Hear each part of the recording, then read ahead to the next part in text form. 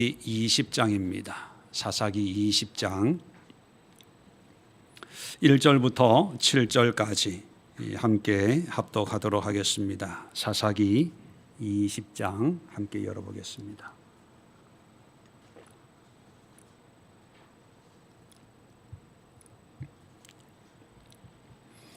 자, 396면입니다.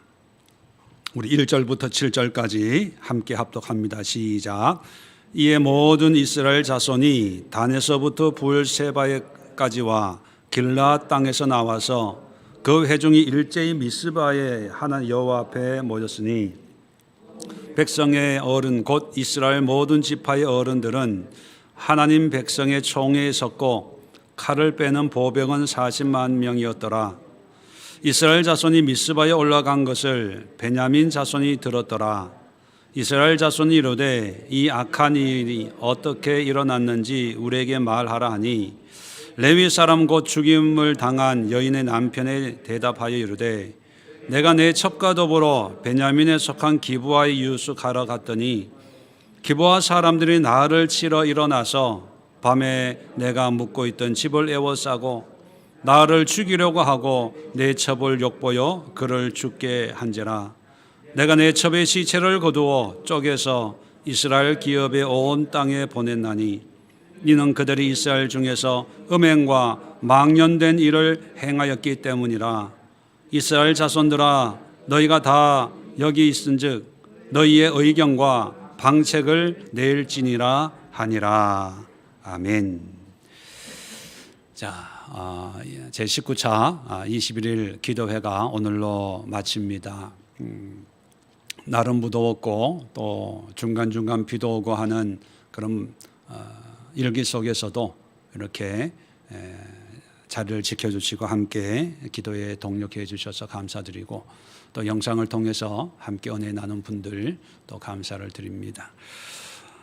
이번 기도회는 특별히 사사기를 통해서 좀 무거운 메시지이고 또 희망, 기대, 소망 뭐 이런 것보다는 좀 안 좋은 부정적인 면이 더 많이 전달이 되는 그런 말씀들이었습니다. 그러나 어느 때보다도 이 말씀들이 우리의 현실과 너무 밀접한 관계가 있다는 것을 또 깨닫고 또 이런 현실 속에 하나님이 가지고 있는 생각은 무엇일까? 하나님이 쓰시는 사람들은 어떤 사람일까?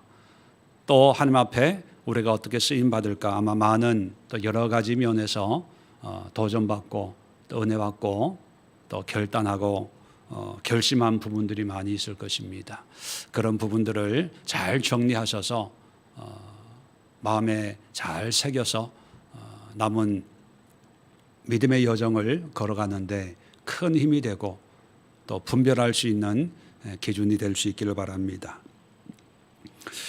시간이 없어서 오늘 이제 21일 기도의 마지막으로 오늘 본문을 함께 나누면서 함께 기도하고 이제 사사기의 총 정리는 이번 주일 말씀으로 총 정리를 하도록 하겠습니다. 17장부터 21장까지 이제 16장까지는 사사들의 이야기를 끝마치고 이제 그 이후에 17장부터 21장까지는 당시 사사 시대의 일반적인 사회의 모습을 영적인 일반 서민들, 일반인들의 사회상을 우리에게 알려주면서 영적인 부족한 면을 우리에게 고발하고 있습니다.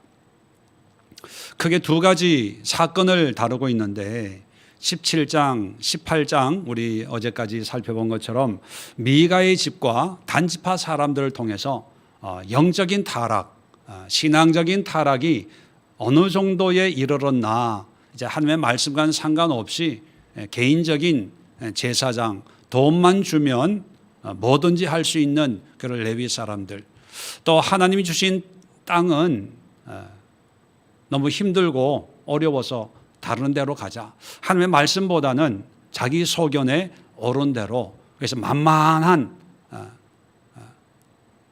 세상 이방 사람들이 좋아할 만한 그런 환경을 찾아서 떠나는 단지파 사람들을 우리가 살펴보았습니다. 이제 19장부터 21장까지 내용은 또 다른 사건을 언급하고 있는데 참 간단하게 요약하기가 참 불편한 내용들로 가득 차 있습니다. 첩인데 누구의 첩이냐? 레위의 첩이에요. 요즘식으로 얘기하면 목사의 첩이라는 거예요. 그 목사가 첩이 있는데 그 첩이 윤간을 당하다가 이제 죽었습니다. 그랬더니만 이 목사가 그 시신을 집에 가지고 와가지고 12토막을 내요. 그래서 12지파에게 다 보내요. 이런 일 생겼다. 아니, 레위 사람이 첩을 가지고 살았으면 좀 부끄러워해야 되지 않을까요? 왜 나에게 이런 일이 생겼을까? 회개하고 자기의 삶을 되돌아보고 애통해야 되지 않을까요?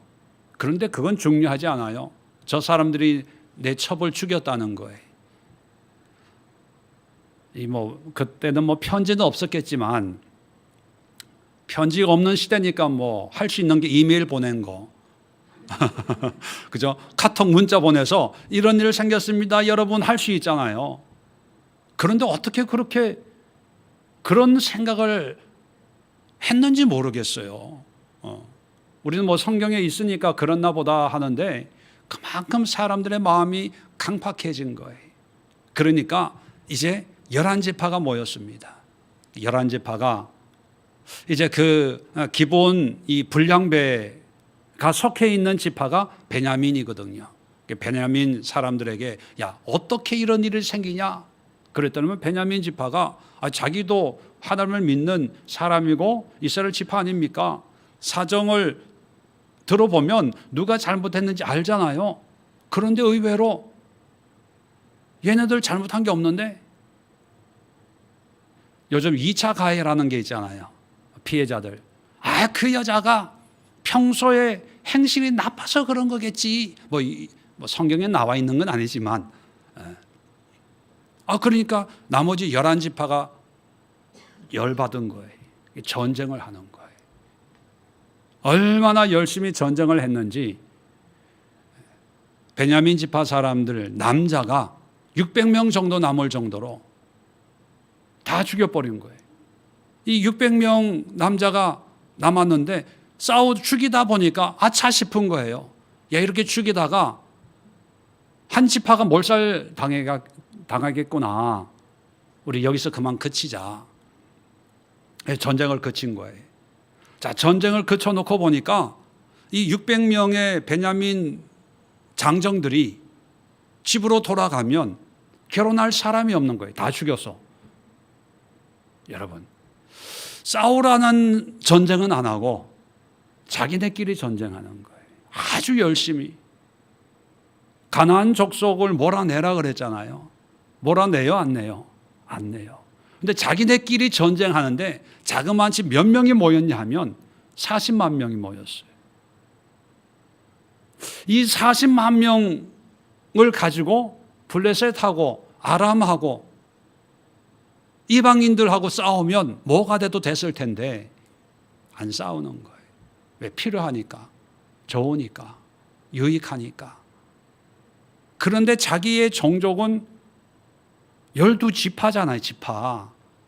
하나님의 나라를 세우려고 하나님께서 특별히 구별하시고 대대의 복을 주시겠다고 야곱을 통해서 약속을 한 언약 백성들인데 그 언약 백성들하고는요 머리 터지게 싸우는 거예요. 머리 터지게. 600명 남았으니까 큰일 났거든요. 어떻게 할까 고민하다가 야, 이번 전쟁에 참여 안 한 사람이 혹시 있냐? 이게 조사를 했어요. 조사를 해보니까 길랏, 요단강 건너 동쪽에 있는 길랏 야베스 지역에 있는 사람들이 군대를 파견을 안 한 거예요. 그래서 또 열받았어요. 열받아가지고 그 길랏 야베스 사람들을 다 죽여버렸어요. 그리고 거기에 있는 처녀, 결혼 안 한 처녀 400명을 납치해가지고 사로잡아가지고 야 결혼해. 자 600명 남았는데 400명밖에 없으니까 200명이 부족하잖아요. 야 이건 또 어떻게 채우냐. 요즘 같으면은 결혼 소개서를 통해서 하겠지만 당신은 없으니까 국리 끝에 뭐냐면 실로에 성막이 있는 그 실로에 매년 여호와의 절기가 되면 하나님을 찬양하고 절기를 지키기 위해서 젊은 아가씨들이 와가지고 밤새도록 달밤에 춤추고 이렇게 축제를 하는 거예요. 하나님의 절기예요. 그러니까 믿음 좋은 사람들이겠죠. 그래서 베냐민 청년들에게 여자를 얻지 못한 청년들에게 야 가서 납치해 와라. 그래서 아내를 삼고 베냐민 지파를 이제 유지를 할 수 있었다. 이 얘기를 이제 마지막에 적어 놓은 거예요. 여러분 이것은 믿음의 사람들이 보여주는 삶이 아니라 하나님 없는 이방인, 어쩌면 이방인들도 이 정도는 아니지 않을까 싶어요. 아니에요. 여자가 무슨 장난감입니까? 전쟁을 하고 빼앗아 오고 또 하나님 절기를 지키는데 몰래 가서 납치해 오고. 자, 이것이 뭐냐면 하나님이 없는 삶의 결과를 우리에게 고발해 주고 있는 거예요. 이스라엘이라고 하는 그 민족이 어떤 민족입니까? 그죠? 출애굽해서 40년 동안 하나님이 어떻게 이들을 인도하셨습니까? 모세와 여호수아를 통해서 그리고 가나안 땅에 와서 어떻게 하나님이 싸우시면서 헤렘 전쟁, 헤렘 모든 것은 나에게 바쳐라. 그 의미는 뭐냐면 이 전쟁은 나의 전쟁이야. 내가 싸우는 거야. 그래서 내가 이긴 거기 때문에 전리품은 다 내 거야. 나한테 바쳐. 이게 헤렘이라고 말씀드렸죠.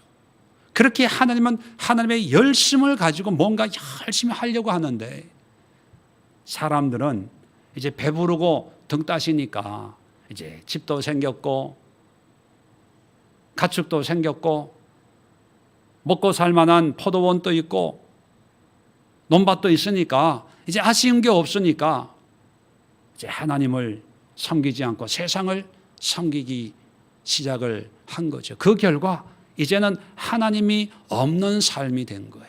그 결과가 이렇다 하는 것을 보여주는 거예요. 집에 가서 한번 19장부터 21장까지 한번 읽어보시면 끔찍하다.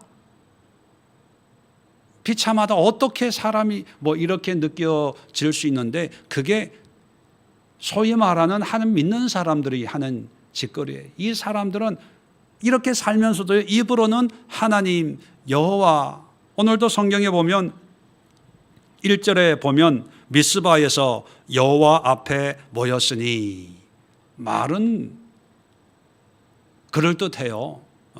행동하는 거 보면 믿음 참 좋은 것 같아요. 그런데 하나님이 없는 그들의 삶에는 세 가지 특징이 나타나는데 첫 번째가 뭐냐면 신앙적, 영적 타락에 무지해요. 무관심해요. 무관심해. 레위 보세요. 자기가 첩을 가지고 있으면 부끄러운 거예요. 그런데 11지파를 다 모아놓고 하는 얘기가 뭐냐면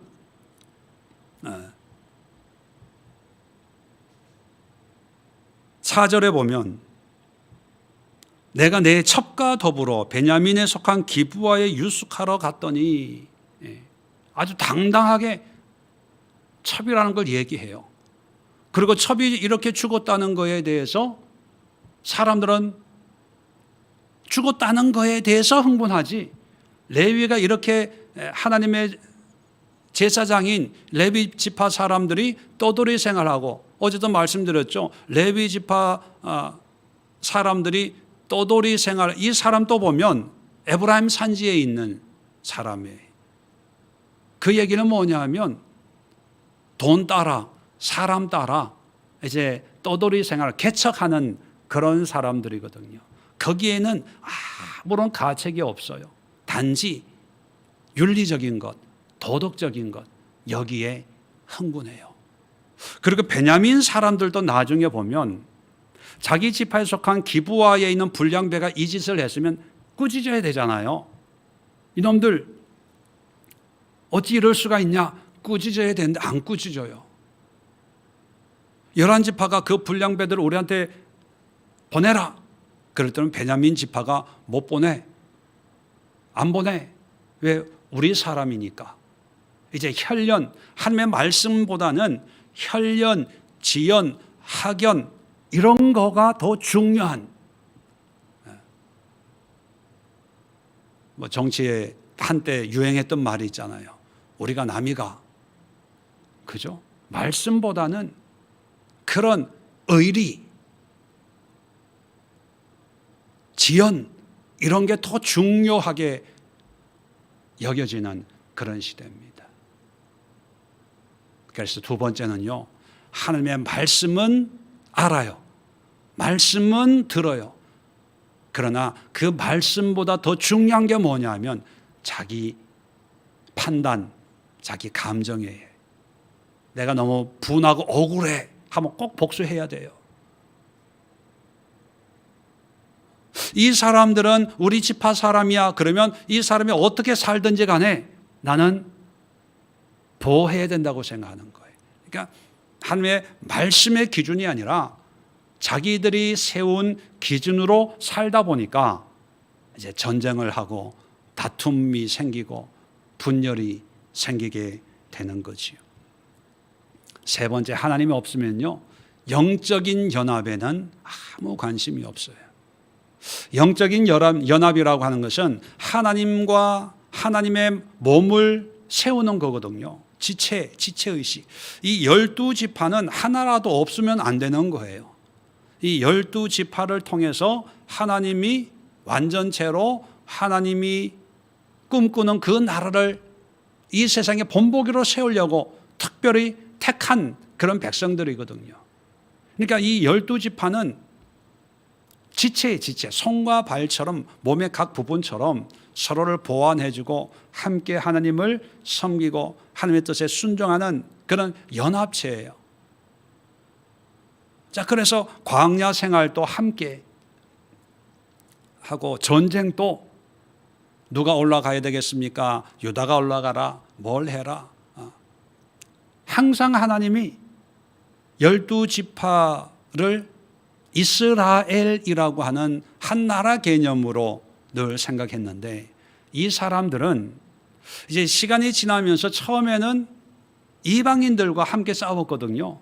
그런데 사사기를 보면 점점 12지파의 유대가 이제 금에 가기 시작을 하다가 입다 때는 에브라임 사람들과 전쟁을 해요. 국지전 같은 전쟁을 해요.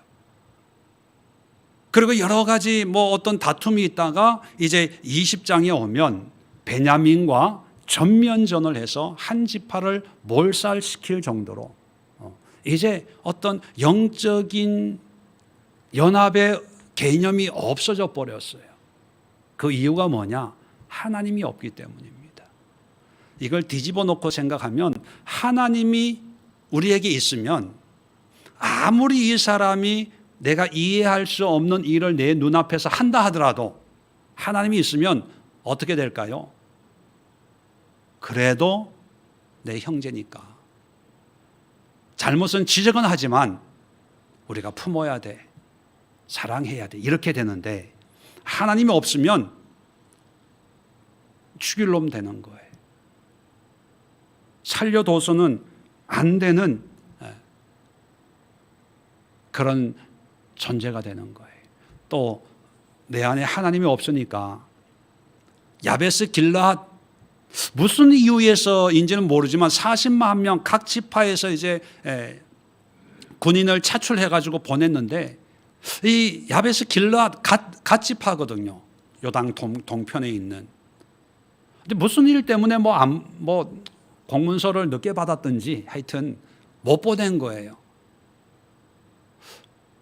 못 보냈으면 무슨 일이 있었는지 뭐 야단칠 수 있으면 야단치고 따질 수 있으면 따지고 다음에는 그러지 마라 뭐 이렇게 타이를 수는 있을 거 아닙니까? 그런데 군대를 안 보냈다고 군인들을 보내가지고 다 죽여버려요. 그리고 그 처녀들을 납치해 올 정도예요. 그게 이방인을, 물론 이방인도 이렇게 뭐 해서는 안 되겠지만 같은 이스라엘 백성들끼리 이제 살육을 아주 뭐 자연스럽게 해버려요. 그리고 서론에도 말씀드렸지만 아가씨가 부족하다고 여호와의 절기를 지키고 있는 아가씨들을 그냥 납치해 오라고 뒤에서 이게 조종을 하는 거예요.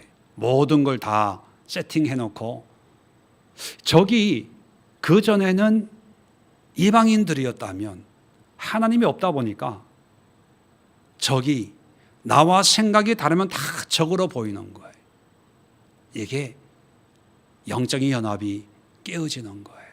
교회 안에도 마찬가지입니다. 겉으로는 십자가를 붙여놓고 교회라고 하지만 그 안에 하나님이 없으면요, 그 안에서 머리 터지게 싸우고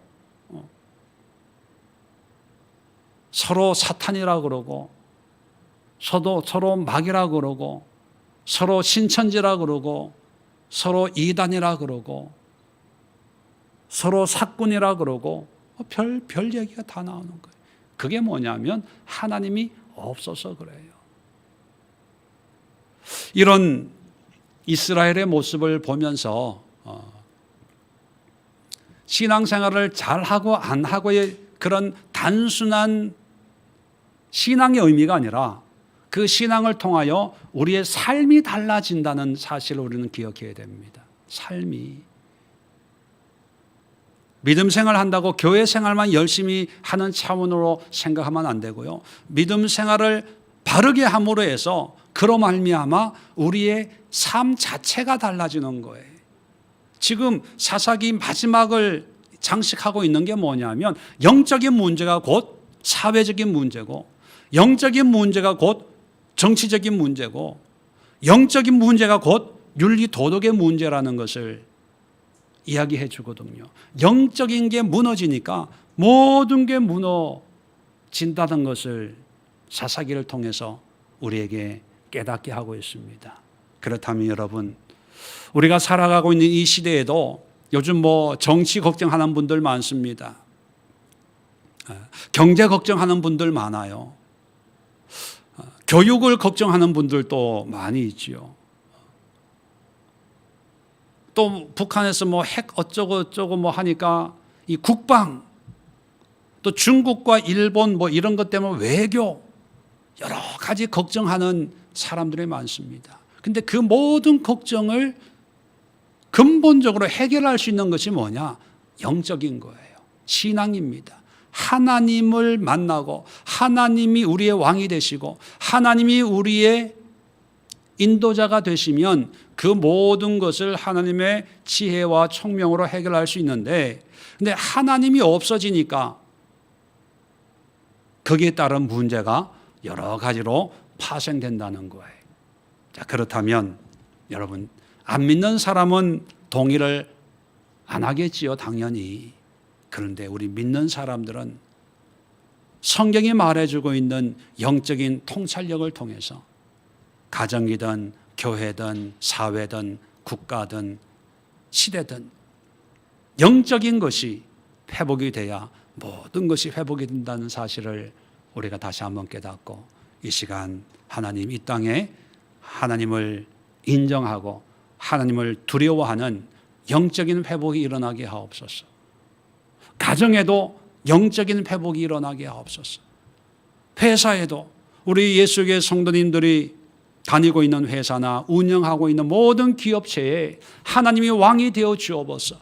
어리석은 사장 머리에 맡겨두지 마시고 미련한 그런 지도자에게 맡겨두지 마시고 하나님 개입하셔서 하나님이 다스리시옵소서.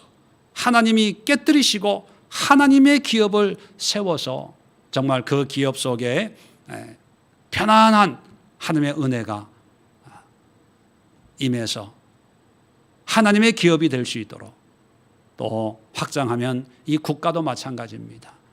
나라, 대통령 부인이 미신을 섬기니 그러니까 이 나라가 편안하지가 않잖아요.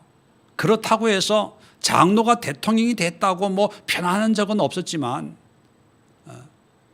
정말 하나님을 두려워하는 그런 영적인 회복이 일어나서 속히 우리 대한민국이 모든 영역에서 편안하게 이제 우리끼리 싸우는 것이 아니라 세계에 나가서 이제 세계와 경쟁할 수 있는, 그리고 복음으로 세계를 변화시킬 수 있는 그런 믿음의 야성이 회복되는 그런 은혜가 우리로부터 임하게 하옵소서. 우리 예수계로부터 임하게 하옵소서. 우리 예수계 성도님들 한 분 한 분으로부터 임하게 하옵소서. 우리 간절한 마음으로 함께 기도하도록 하겠습니다. 자리 정돈하시고 오늘 말씀 생각하시면서